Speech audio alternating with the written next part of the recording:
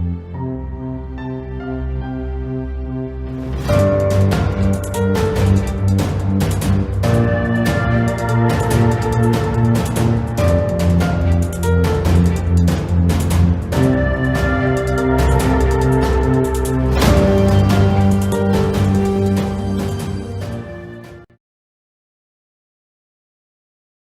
day, students.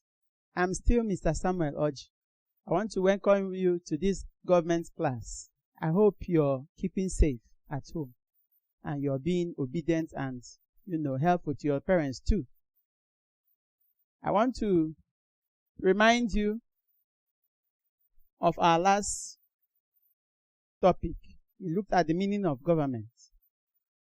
Today we are going to look at those areas that one can venture into as a government student or with the knowledge of government.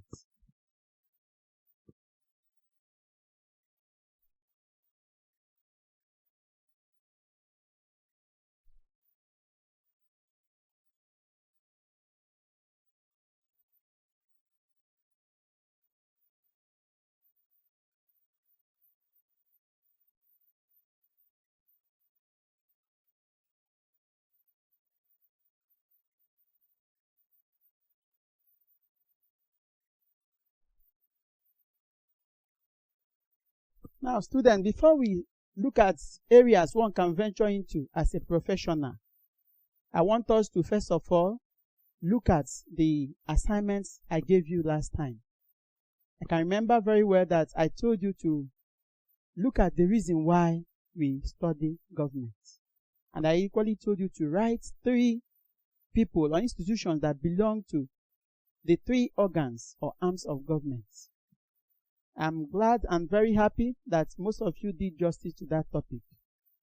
And I still want to tell you that the reason why we study government is to have a checkmated society where there will be security of lives and property, where there won't be anarchy, lawlessness, and so on and so forth, where people will be secure to do their businesses without fear.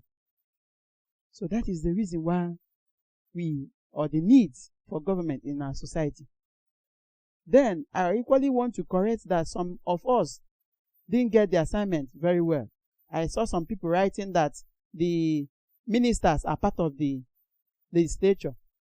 No. I want to correct that the executive has people like the president, the vice president, the governor, the deputy, ministers, commissioners. They are part of the executive, the police, the army, the paramilitary.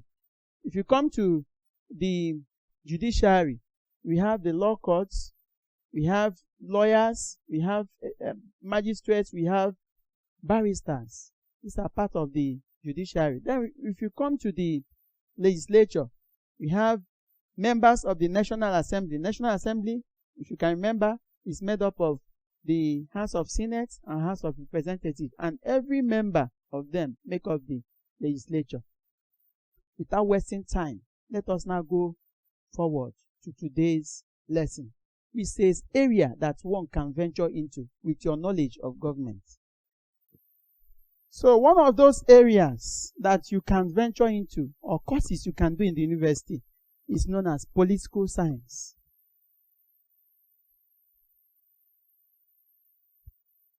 Another course you can do with the knowledge of government is law. Another one is international relations.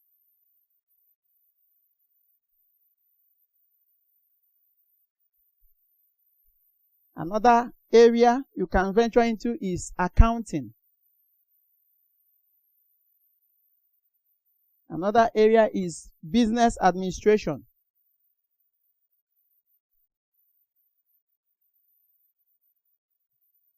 Another area is public administration.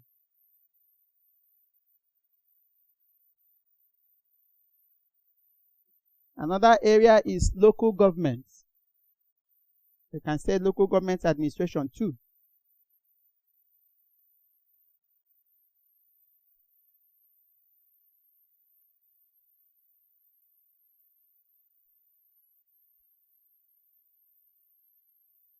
Another one is comparative politics.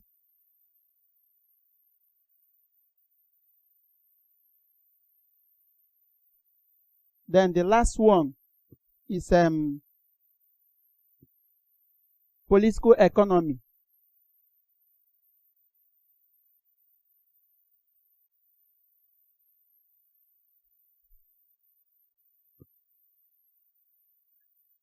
Political economy. Thank you very much. I want to go back to what I said before.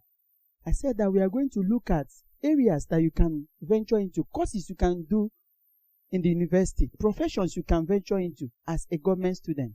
Don't forget. You can go into political science, do it as a course. You can go into law, you can become a law student. You can become an international relations student. International relations student. You can equally venture into accounting. You can venture into business administration. You can venture into public administration, local government administration, and comparative politics. I want to explain few of these. You can equally venture into political economy. By political economy, we are looking at the economies of one country and the other. For instance, when we compare the economy of Nigeria, or economic system of Nigeria and that of USA, you are looking at political economy. And that is a course you can study in the university. Now, when you look at comparative politics, it is a course equally, a profession you can venture into in the university. When you look at comparative politics, we are talking of comparing the politics of one country. What happens in the politics of one country and the other? For instance, the politics of Nigeria and that of USA. Politics of Ghana and that of India.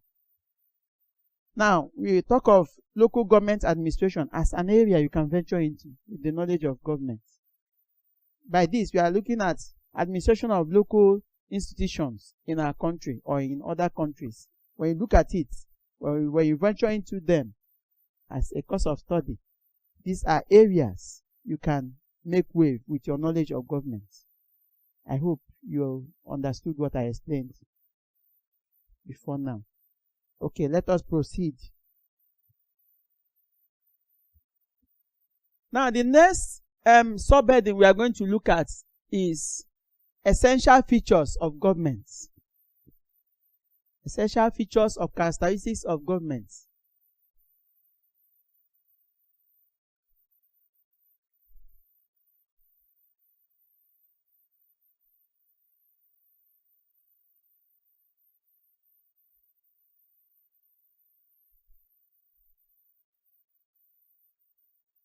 Now, I said the next thing we are going to look at is essential features or characteristics of government. By this, what do I mean? I mean those things that if you see them happen or come to play in any environment you are, you know that there is government.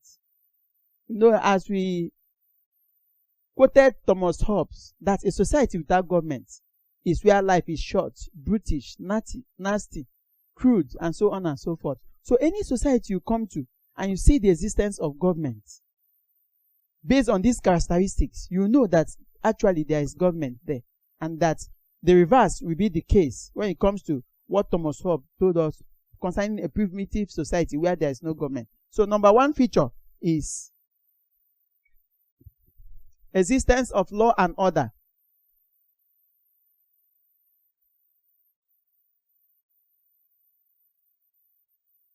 So any place that there is government, there must be existence of law and order. The next feature is existence of the arms of government.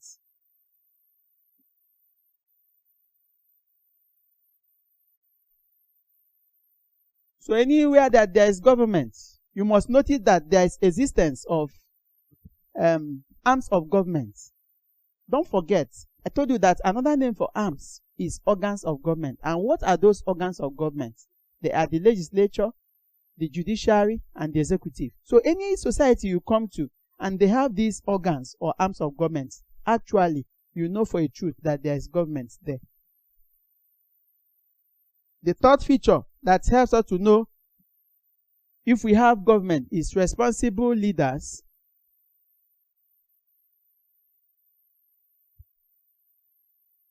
and law-abiding citizens.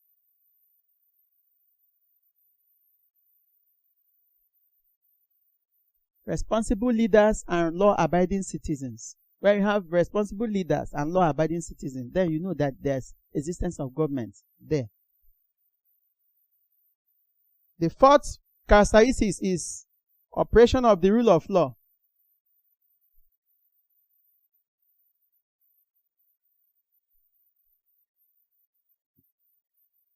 So another characteristic or feature of government is that there must be operation of the rule of law. The rule of law must come to play. And what do we mean by the rule of law? The rule of law is a situation whereby nobody is above the law. Both the leaders and the led, all of them are equal when looked through the mirror of the law.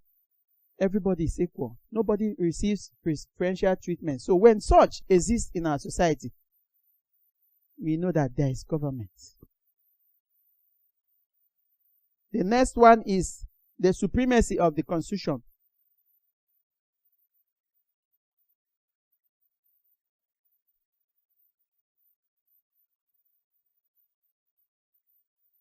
So, to equally know of a truth whether we have government, we say that this Constitution must be supreme. Every law in the country must be subject to the Constitution, and the Constitution must be above all laws of the country. So where such exists, we know that of a truth there is government.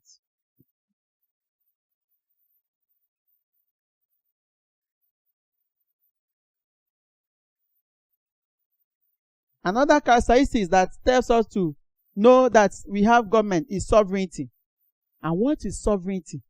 Sovereignty is when a state has unlimited powers to rule over its affairs without interference from other countries. So when such exists, when a country has all the powers to oversee the affairs of its country, people, to oversee what happens in its country without external influence, we say that there is sovereignty. So when a country that has government, one of the features is that it must have sovereignty, or it must possess sovereignty.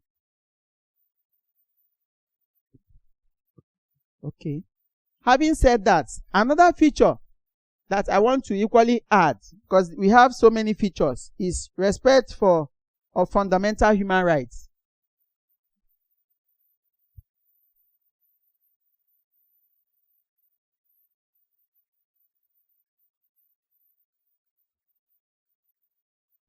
Respect of fundamental human rights. So this, by respect of fundamental human rights, I mean that the rights of citizens, collectively and individually, must be respected by both government. Government must respect the rights of its citizens, and citizens must respect the government that is foreseeing or overseeing their affairs. So by these are some of the qualities or features or characteristics of government. By this, we know that there is an existence of government in a society. So we have so many features. I want to add that we equally can talk of revenue. So for us to know whether we have government in any society, we must look at it from the angle that government operates with revenue. It has avenues like taxes and other avenues to generate money for its operations or its work. Another one is incumbency. Another feature of government is incumbency.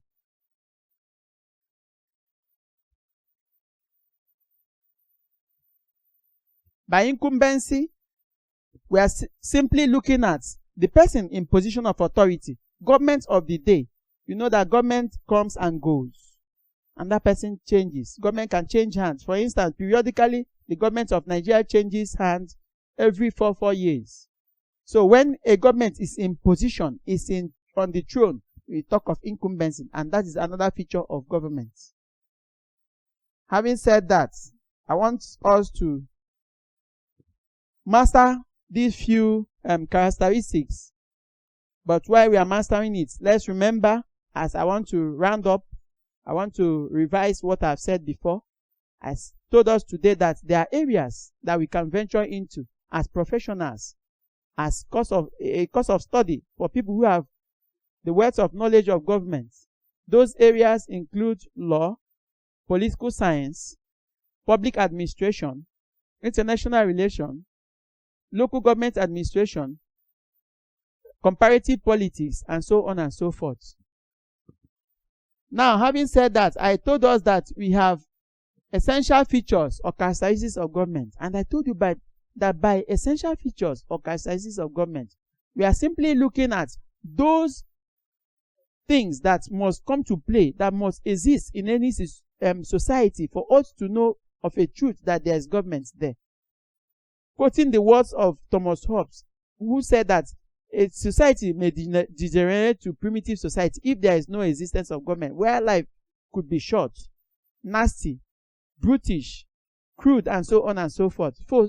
So we are now looking at a situation whereby there is government, and the reverse will become the case. Reverse in the sense that all these things that Thomas Hobbes told us won't exist in such a society.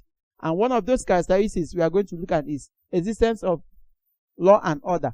So government comes to project law and order to safeguard the citizens' properties and lives. We said that another characteristic is there must be arms of government, and you know what arms of government mean. Then another one is responsible leaders and law-abiding citizens. These is another characteristic of government.